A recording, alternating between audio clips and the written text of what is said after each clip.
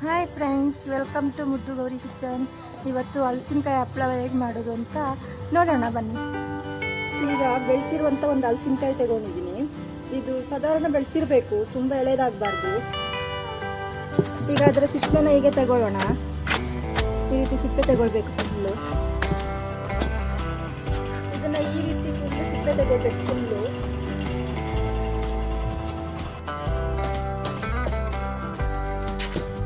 ಈಗ ಇದನ್ನ ಹಲಸಿನಕಾಯಿನ ಈ ರೀತಿ ಕಟ್ ಮಾಡ್ಕೊಳ್ಬೇಕು. ಸಿಪ್ಪೆ ತೆಗೆದಿದ್ದಾಗಿದೆ, ಈಗ ಈ ರೀತಿ ಕಟ್ ಮಾಡ್ಕೊಳ್ಬೇಕು.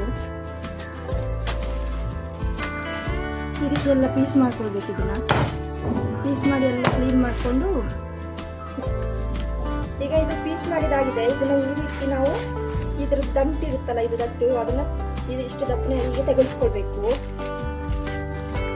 ಈ ರೀತಿ ತೆಗೆದುಕೊಂಡು ಈ ತರ ಅದರಿಂದ ಇದೆಲ್ಲ ಬಿಡಿಸಿ ಬೀಜ ಎಲ್ಲ ತೆಗೆದು,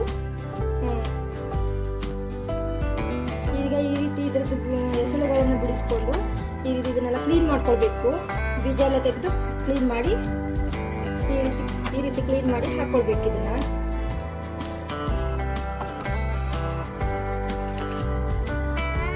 ನೋಡಿ, ಈ ತರ ಹಲಸಿನಕಾಯಿ ಇದನ್ನೆಲ್ಲ ಎಸಳು ಈ ತರ ಎಲ್ಲ ಬಿಡಿಸ್ಕೊಳ್ಬೇಕು. ಇಷ್ಟು ನೀಟಾಗಿ ಬಿಡಿಸ್ಕೊಳ್ಬೇಕು. ಮತ್ತೆ ಇದನ್ನ ಬೇಯಕ್ಕೆ ಹಾಕಬೇಕು. ಈಗ ಗ್ಯಾಸ್ ಆನ್ ಮಾಡಿಕೊಂಡು, ಇದು ಗ್ಯಾಸಲ್ಲಿ ಇಡ್ಲಿ ಪಾತ್ರೆ ಇಟ್ಕೊಂಡಿದ್ದೀನಿ. ಇಡ್ಲಿ ಪಾತ್ರೆಗೆ ಸ್ವಲ್ಪ ನೀರು ಹಾಕೊಂಡು ಇದನ್ನು ಆವಿಯಲ್ಲಿ ಸೆಕೆಯಲ್ಲಿ ಬೇಯಿಸ್ಕೊಳ್ಬೇಕು. ಈ ರೀತಿ ಇದಿಟ್ಟು ನೀರಿಗೆ ಹಾಕಿ ಬೇಯಿಸ್ಕೊಳ್ಬಾರ್ದು ಫ್ರೆಂಡ್ಸ್, ಇದು ಆವಿಯಲ್ಲೇ ಬೇಯಿಸ್ಕೊಳ್ಬೇಕು. ಇದನ್ನು ಈ ರೀತಿ ಹಾಕಿ ಬೇಯಿಸ್ಕೊಳ್ಳಿ. ಒಂದು ಅರ್ಧ ಗಂಟೆ ಬೇಯಬೇಕಿದು. ಇದು ಹೀಗೆ ತುಂಬಿಸಿದ್ದೀನಿ. ಇದನ್ನು ಇದೊಂದು ಅರ್ಧ ಗಂಟೆ ಬೇಯಿಸ್ಕೊಳ್ಳೋಣ. ಇದನ್ನು ಈಗ ಹಲಸಿನಕಾಯಿ ಹಪ್ಪಳಕ್ಕೆ ಮಸಾಲೆ ಹಾಕಲಿಕ್ಕೆ ನೀವು ಹಸಿಮೆಣಸಿನಕಾಯಿ ಬೇಕಿದ್ರೆ ತಗೊಳ್ಬೋದು. ಇದ್ರೆ ನಾನಿಲ್ಲಿ ಗಾಂಧಾರಿ ಮೆಣಸು ಒಣಗಿಸಿ ತೊಗೊಂಡಿದ್ದೀನಿ, ಹಸಿ ಇದ್ರೂ ಆಗುತ್ತೆ. ಮತ್ತು ಸ್ವಲ್ಪ ಕಾಳು ಮೆಣಸು ಮತ್ತು ಸ್ವಲ್ಪ ಉಪ್ಪು, ಇದಿಷ್ಟು ಹಾಕಿ ಪೌಡ್ರ್ ಥರ ಮಾಡ್ಕೊಳ್ಳೋಣ. ನೋಡಿ ಫ್ರೆಂಡ್ಸ್, ಈ ಥರ ಪುಡಿ ಮಾಡ್ಕೊಂಡಿದ್ದೀನಿ. ಈಗ ನೀವು ಈ ಮಸಾಲೆ ಇದು ರೆಡಿ ಆಗಿದೆ. ಈಗ ಹಲಸಿನಕಾಯಿ ಬೆಂದಿದೆ ನೋಡಿ ಫ್ರೆಂಡ್ಸ್, ಇಷ್ಟು ಬೇಯಬೇಕು ನೋಡಿ. ಈಗ ನೋಡುವಾಗ ಸ್ಮೂತ್ ಹೀಗೆ ಬೆಂದಿರಬೇಕು. ಈಗ ಇದನ್ನು ಕಲ್ಲಲ್ಲಿ ಆಡಿಸ್ಕೊಳ್ಳೋಣ. ಇದು ಮಿಕ್ಸಿಲಿ ಮಾಡ್ಲಿಕ್ಕೆ ಆಗೋದಿಲ್ಲ, ಕಲ್ಲಲ್ಲೇ ಆಗಬೇಕು.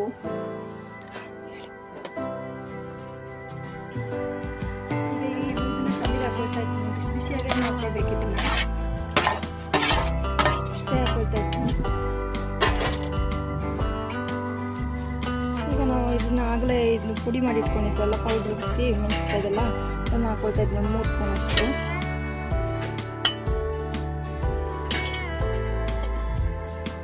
ಈಗ ಇದನ್ನ ಈ ಥರ ಕುಟ್ಕೊಳ್ಬೇಕು. ನೀವು ಇಲ್ದಿದ್ರೆ ಆಡಿಸ್ಕೊಳ್ಬೋದು, ತೊಂದರೆ ಇಲ್ಲ. ಆಡಿಸ್ಕೊಳ್ಳೋದಾದ್ರೆ ಕಲ್ಲಲ್ಲಿ ಆಡಿಸ್ಕೊಳ್ಬೋದು. ನಾನು ಈ ರೀತಿ ಮಾಡ್ಕೊಳ್ತಾ ಇದ್ದೀನಿ.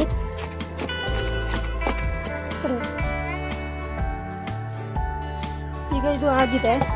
ಇಷ್ಟು ನೈಸಾಗಿ ಹಚ್ಕೊಂಡ್ರೆ ಸಾಕು, ಅಥವಾ ಆಡಿಸ್ಕೊಂಡ್ರೆ ಸಾಕು. ಈಗ ಇದಕ್ಕೆ ನಾವು ಸ್ವಲ್ಪ ಜೀರಿಗೆ ಹಾಕ್ಕೊಳ್ತಾ ಇದ್ದೀನಿ. ಹಾಗೆ ಹಾಕ್ಕೊಳ್ಳಿ, ಹಸಿನೇ. ಮತ್ತು ಸ್ವಲ್ಪ ಎಳ್ಳು.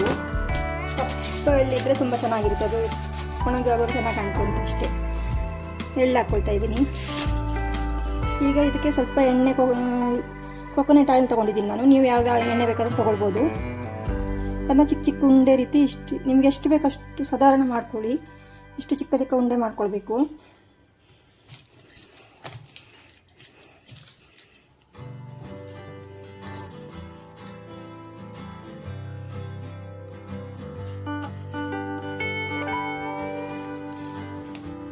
ಬಿಸಿ ಇರುತ್ತೆ, ಸ್ವಲ್ಪ ಆರಿದ ಮೇಲೆ ಮಾಡ್ಕೊಳ್ಳಿ.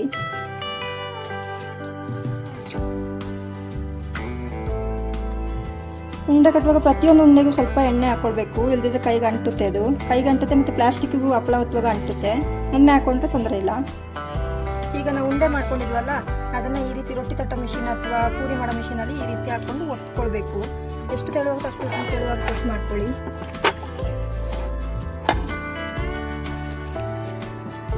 ಹೀಗೆ ಮಾಡ್ಕೊಂಡು ಈ ಥರ ತಾಟಲ್ಲಿ ಒಂದೊಂದೇ ಹಾಕ್ಕೊಳ್ಬೇಕು. ಇದೇ ಥರ ಎಲ್ಲ ಉಂಡೆಗಳನ್ನು ಈ ರೀತಿ ಹಪ್ಪಳ ಥರ ಹೊತ್ಕೊಳ್ಬೇಕು. ಒಂದು 2-3 ಜನ ಇದ್ರೆ ಬೇಗ ಆಗುತ್ತೆ ಇದು.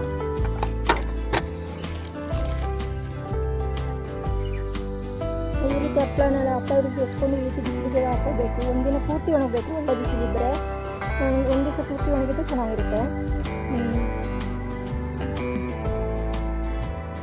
2 ಅವರ್ಸ್ ಆದ್ಮೇಲೆ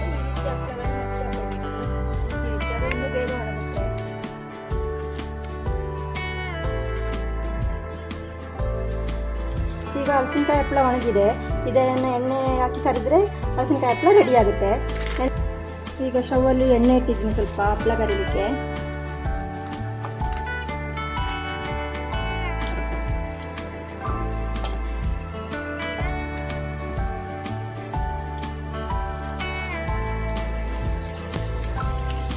ಈಗ ಈ ರೀತಿ ಎಣ್ಣೆಗೆ ಮಾಡ್ಕೋಬೇಕು, ಫ್ರೈ ಮಾಡ್ಕೋಬೇಕು ಸ್ವಲ್ಪ. ಇದು ಕಾಫಿ ಜೊತೆ, ಅನ್ನದ ಜೊತೆ, ಸಂಜೆ ಸ್ನ್ಯಾಕ್ಸ್ ಟೈಮ್ಗಂತೂ ತುಂಬಾ ಚೆನ್ನಾಗಿರುತ್ತೆ. ಹಲಸಿನಕಾಯಿ ಹಪ್ಪಳ ಮಳೆ ಬರೋ ಟೈಮಲ್ಲಿ ತುಂಬಾ ಚೆನ್ನಾಗಿರುತ್ತೆ ಫ್ರೆಂಡ್ಸ್. ಈಗ ಬಿಸಿ ಬಿಸಿಯಾದ ಗರಿ ಗರಿಯಾದ ಹಲಸಿನಕಾಯಿ ಹಪ್ಪಳ ರೆಡಿಯಾಗಿದೆ.